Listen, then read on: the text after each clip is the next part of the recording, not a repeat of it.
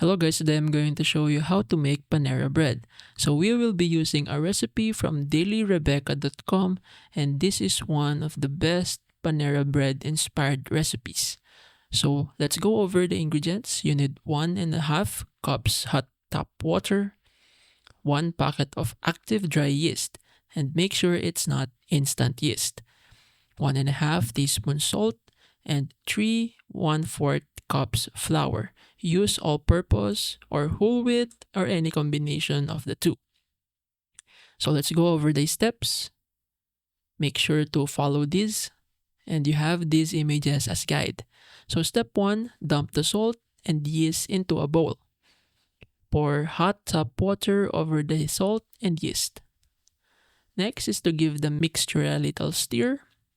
Just to activate the yeast, dump the flour into the bowl carefully. Stir the flour and liquid mixture together until fully combined. Then here, drape a clean dish towel over the bowl and set aside. Place the baking stone on the middle rack and cast iron skillet on the bottom rack of the oven.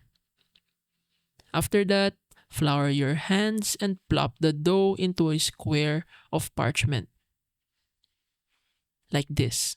Form the dough into a round loaf.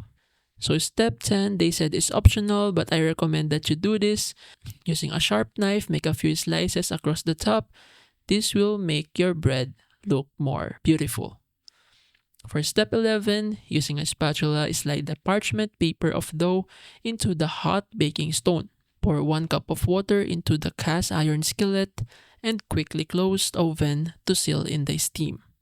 That's basically it. Wait for it to cook and you're ready to serve your Panera Bread.